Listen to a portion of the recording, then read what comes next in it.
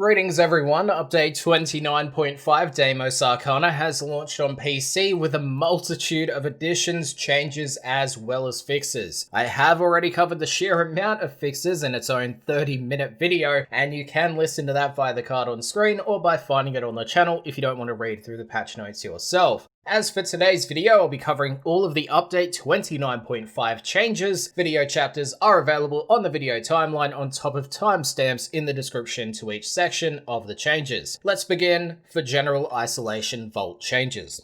DE have removed the Voam and Foss cycle reset on the Isolation Vault bounty tiers. They increased the speed of Lloyd and Otak in the Isolation Vault, reduced Lloyd and Otak's base health by 37.5% to compensate for the speed increase. DE noted that the slow speed of Lloyd and Otak was common feedback to be addressed, but increasing the speed made their journey too easy as enemies barely put a scratch into them as they attempted to catch up. They changed Otak and Lloyd's defend HUD markers to the standard yellow version to help differentiate between allies and enemies.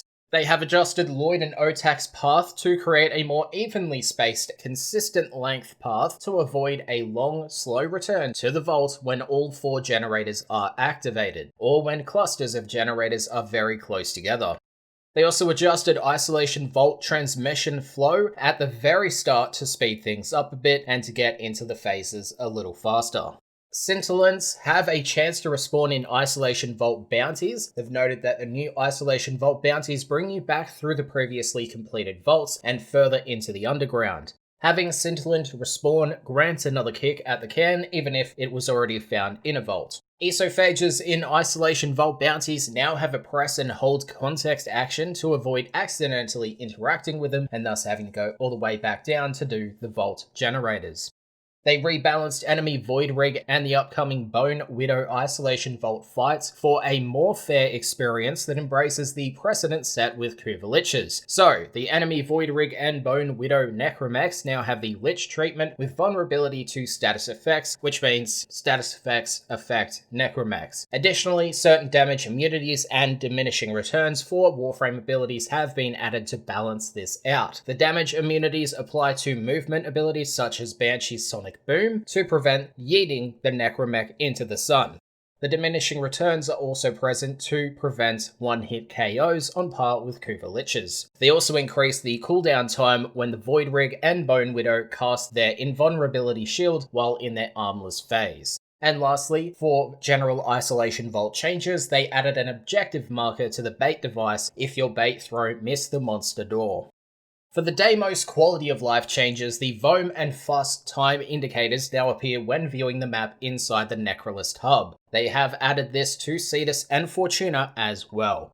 The mining drop rate of Thaumica has been doubled, and they've reduced the chance of getting Namelon while mining in the Cambion Drift, so that the chance of Thaumica is significantly increased. They've noted that both Necrothene and Thaumica were slightly rare, but Thaumic Distillate is used in a wider variety of blueprints, so expect to see it appear more often from yellow mineral deposits. Sun's conservation tasks have been made more rewarding and accessible. There are 2 factors to this, as DE states. High-quality conservation captures will now provide better rewards as they do in other free roam landscapes. Scoring a good capture will provide 2 animal capture tags instead of 1, and perfect captures will award 3 tags.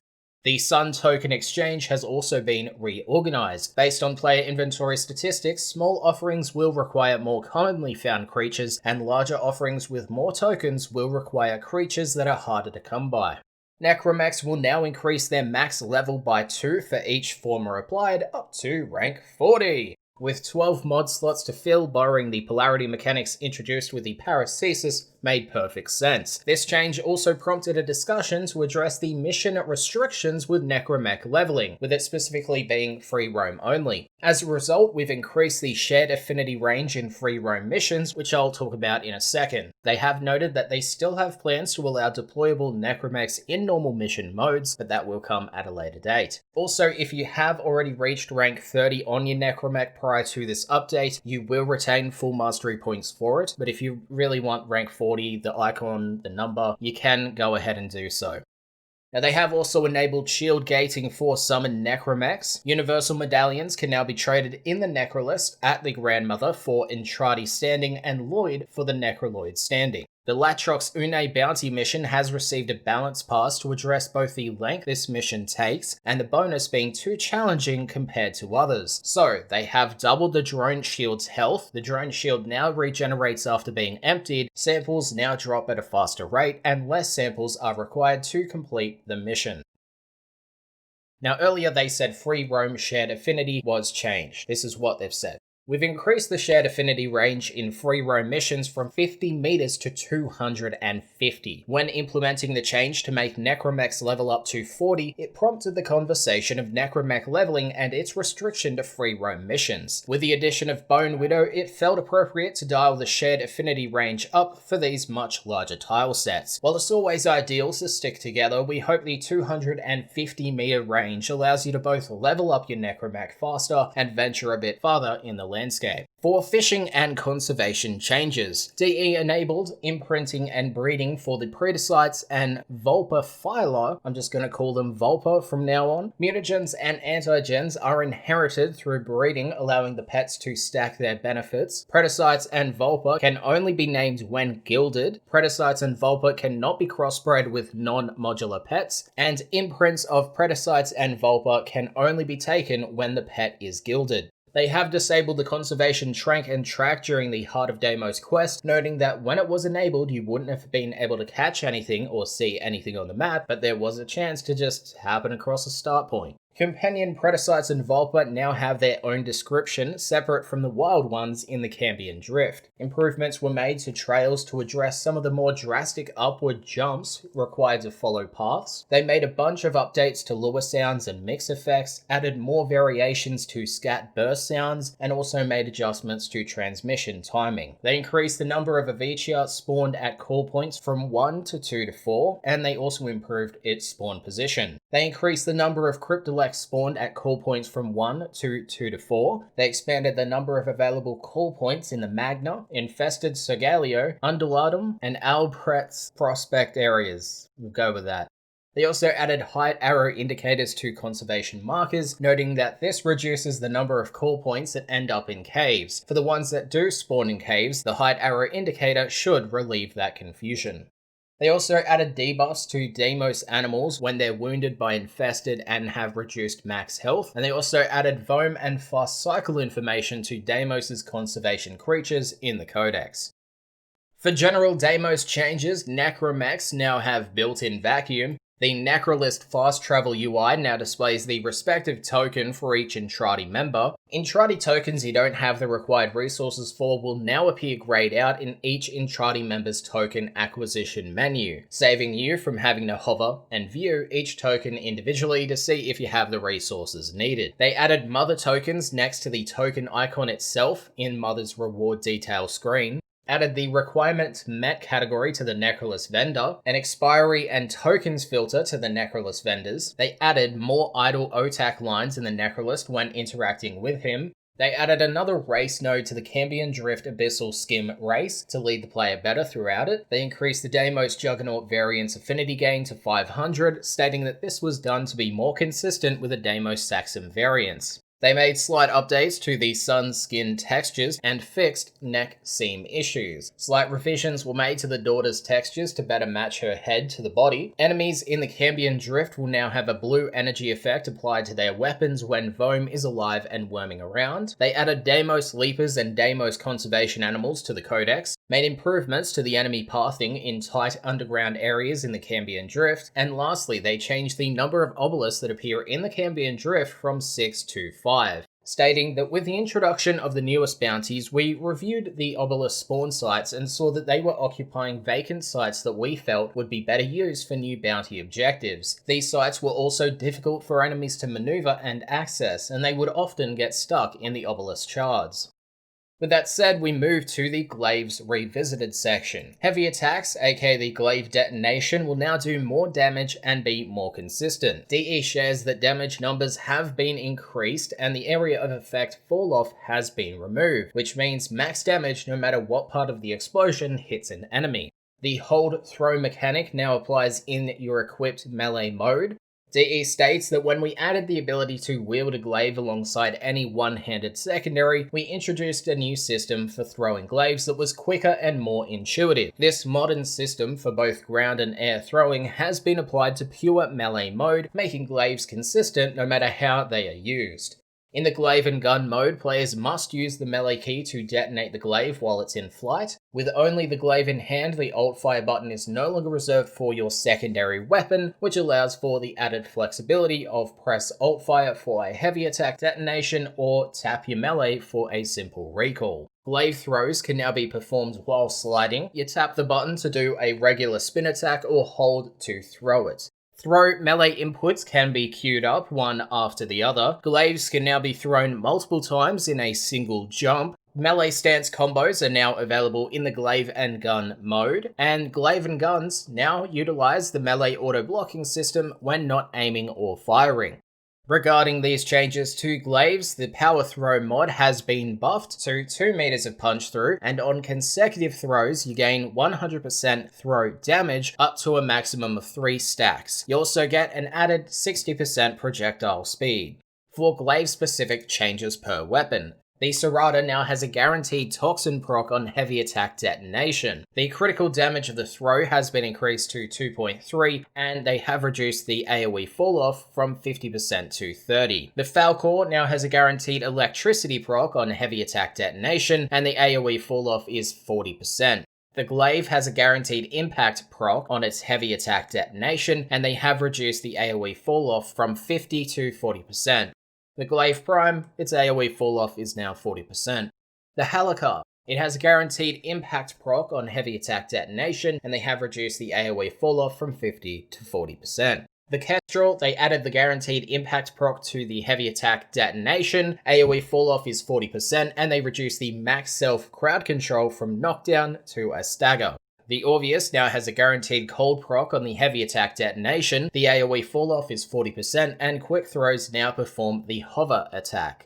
The Pathicist has a guaranteed viral proc on the heavy attack detonation, and they have reduced the max self crowd control from knockdown to a stagger. The Zorus has a guaranteed electricity proc on its heavy attack detonation. And lastly, the Wolf Sledge now uses the Glaive's hold melee to throw mechanic, and the Wolf Sledge now explodes on impact when thrown. For Glaive-specific stat display changes, they have removed the damage value from heavy attacks since the value is no longer used. The radial attack has been renamed to bounce attack, with a note by DE saying this stat is only shown when the weapon is equipped with a mod that has the chance to explode on a bounce qualifier. They also added a stat for percentage chance to explode on bounce, and added a heavy radial attack stat to both throw and charge throw categories. We now go into round 2 of the changes for the Warframe Xaku. For general changes, the lost ability description now includes a description of accuse, deny, and gaze. For Zada's Whisper, the Void Damage's status effect will now redirect projectiles to the body part it is procced on. This is how it works. If you shoot an enemy's head with Zada's Whisper enabled and proc, the bubble will redirect all projectiles to the head. If you shoot at the feet, it will be redirected to the feet, etc. It is, however, possible that even if you proc on the head but then shoot at the lower part of the bubble, it might hit the body on the way up to it being redirected to the head. Now, this is a game-wide change to the Void status effect. With Xaku, we have a Warframe that can harness Void damage at the click of a button, and it has brought much focus and a discussion around its status effect. For those of you unfamiliar, the Void status effect, in its current state, creates a bullet attractor bubble that directs all projectiles to the center of the enemy's torso, regardless of where it procs. Since Zada's Whisper applies void damage to all their weapons, it was increasingly noticeable to Xaku players that the bubble's current redirecting position prevents any attempt at enemy headshots until its duration expires. This is one of the main reasons for the change. Headshot disruption ultimately limits your damage output by removing the opportunity for headshot multipliers while it's active. With these changes, you will be able to use your headshotting skills to greater benefit, while also having generally more options to focus projectiles where desired. Note that regardless of where the status effect occurs, it will continue to prevent enemies from being able to shoot at you without having their projectiles redirected back at the center of the bubble. With that said, we move to Grasp of Lock. Recasting will now steal weapons up to the max number of affected targets. You will be able to recast up to the maximum number of targets that you can steal from. In other words, you can add the current batch of weapons. For example, if your max target is set to 6 and you have 3 weapons active, Grasp of Lock can be recast to top up to the remaining 3 weapon allowance. Newly grabbed weapons from recast will have independent durations from the previous batch, similar to Protea's Blaze Artillery. They continue. We made recasting available in round 1 and set it up to replace the entire current active batch of weapons. Our original reasoning was this allowed for a fresh cast to be made if an undesirable pull occurred. But what makes far more sense is to follow the precedent set by Necros' Shadows of the Dead. So now you can maintain your current floating autocannon sidekicks and recast to refill or top up to max on command.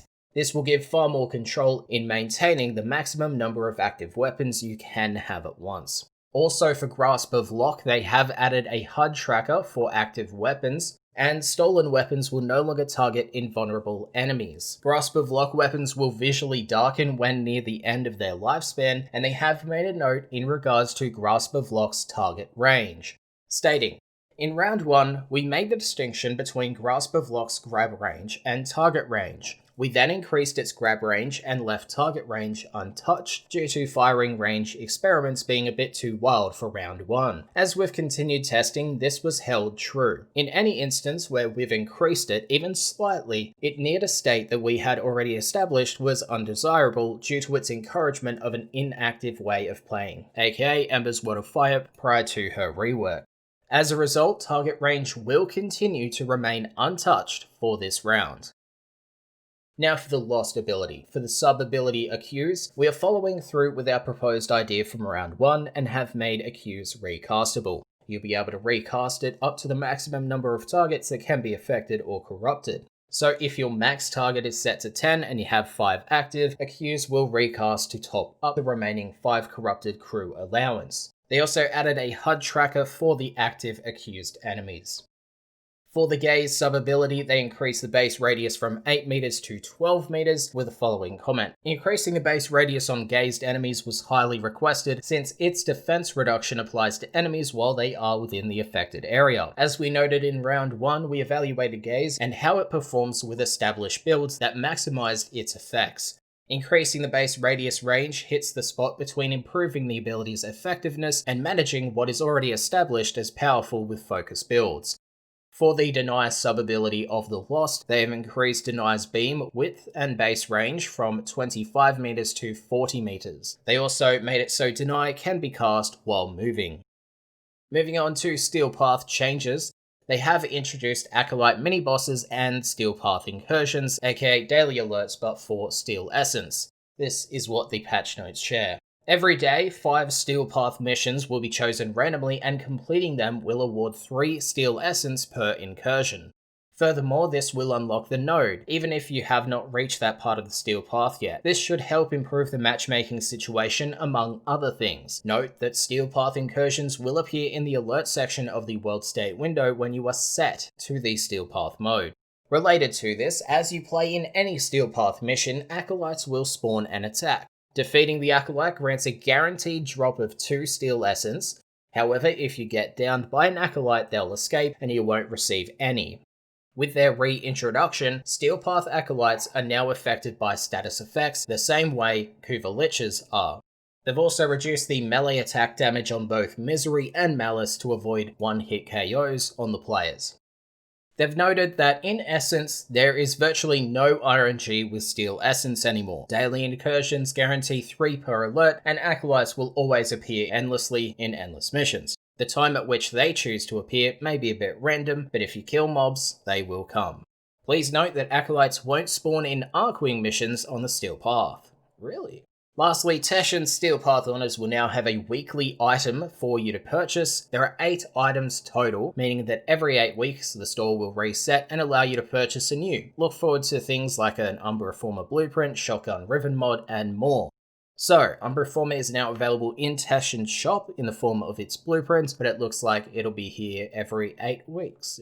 We now move to Warframe ability changes. The first group in our Touch All Warframes list. We aim to give each Warframe a little quality of life touch up and not laser focus on one Warframe at a time. So for Ash, the Blade Storm ability now applies the full number of marks to a target at once instead of needing to waggle the mouse.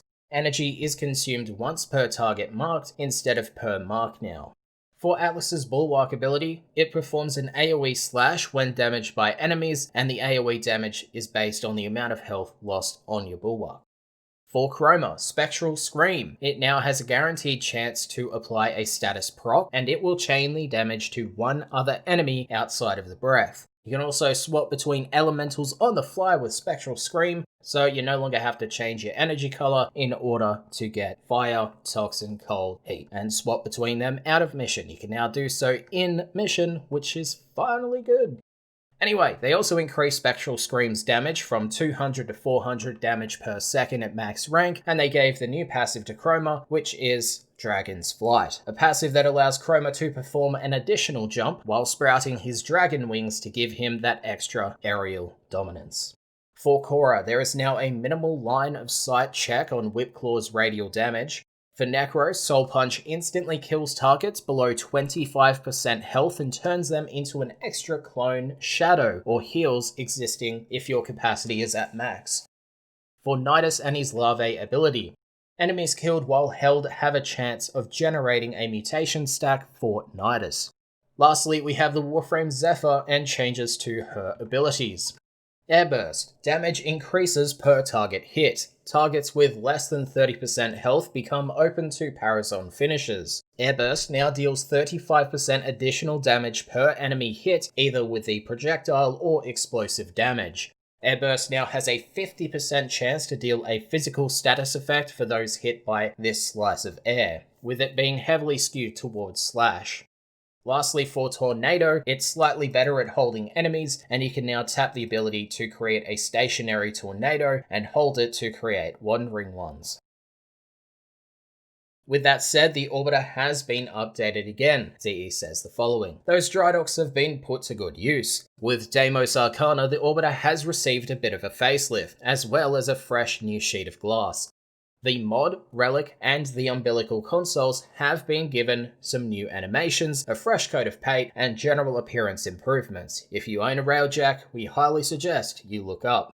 Also, please note, some of your decorations may have shifted slightly with this new layout, so some moving may be needed to get objects back into their original places. If they are outside of your Orbiter, you can use the Reset Orbiter Decoration option. It is available when you're customizing.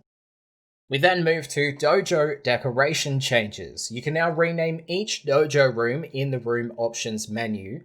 They renamed the Dojo item research button text to Start Research instead of Start Project for clarity. They renamed the Clan Research dependency sort and room selection option to Prerequisites to match the side crafting panel for accuracy.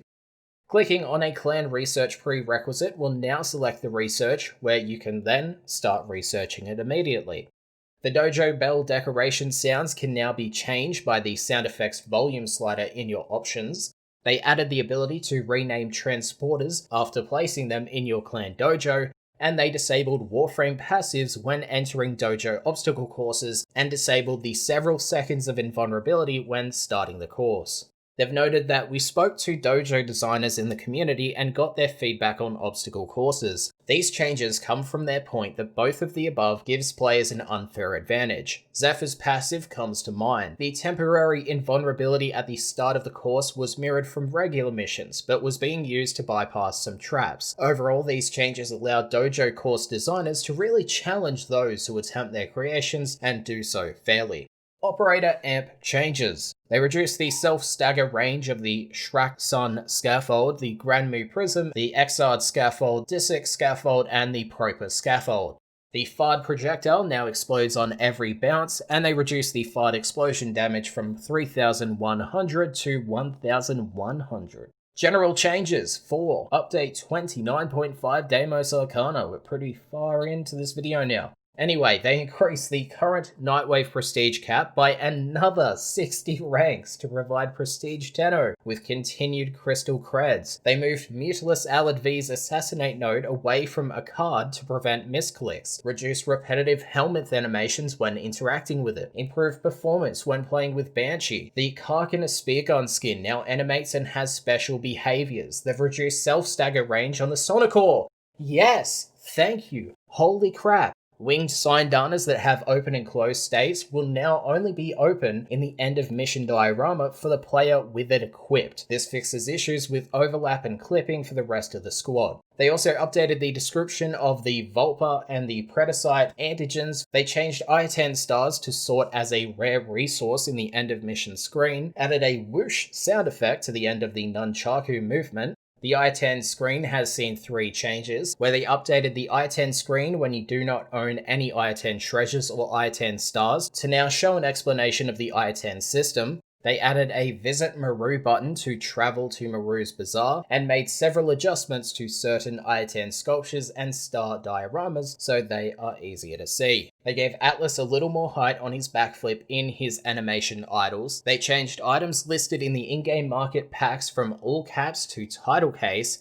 They changed all vendor names in Fortuna and Cetus from all caps to title case, updated Arcane Pulse's description to include the heal amount and radius, changed the Buzzlock's projectile launch to appear slightly below the scope when aiming. Your chosen energy color will now apply to the part of the effect when you revive yourself. They made changing the exposure setting in Captura less dramatic, updated the Halakar's thrown hit effects to be more in line with other projectile effects. They moved the first attack of Threshing Gain to the last in the Wise Razor stance and adjusted the damage accordingly.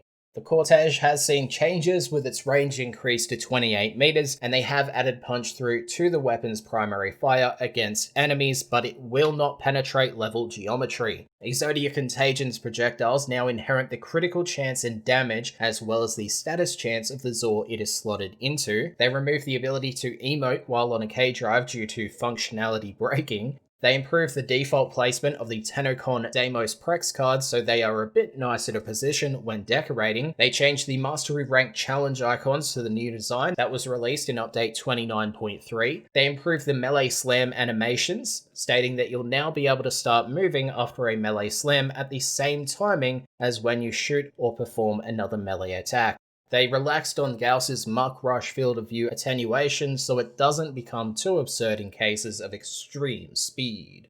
They updated decals on the huts in Cetus to use modulate blending so that they blend in better. They made several minor adjustments to the bow idle animations to address motion blur issues and more. They disabled the health marker on Grenier cruise ships in Railjack missions when the reactor is destroyed, noting that we made this change so that there is less confusion to those outside of the cruise ship on whether or not it's still an active or valid target. They cleaned up some beam effects in various areas of the game. The multi-shot stat will no longer appear if it is at or below the value of 1.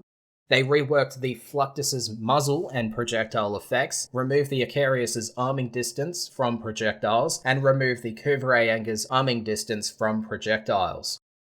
Now, Hotfix 29.5.1 followed and the following changes were made. There's only 2, so not another 40-minute long video. But they improved the friendly Poly-P Hog Juggernaut survivability during the escort portions of the Deimos Delicacies bounty, and they noted that in a previous state, the Poly-P Hog Juggernaut was not tough enough to put up a fight in the later stages. They have made it more robust to make the level 30 to 4 bonus much more attainable. And lastly, they removed the new weapons from Conclave. That concludes this very, very long video covering update 29.5 Deimos Arcana on PC, its release, and all the changes made with the update, as well as its follow-up hotfix 29.5.1. Thanks for watching, and I'll see you guys next time.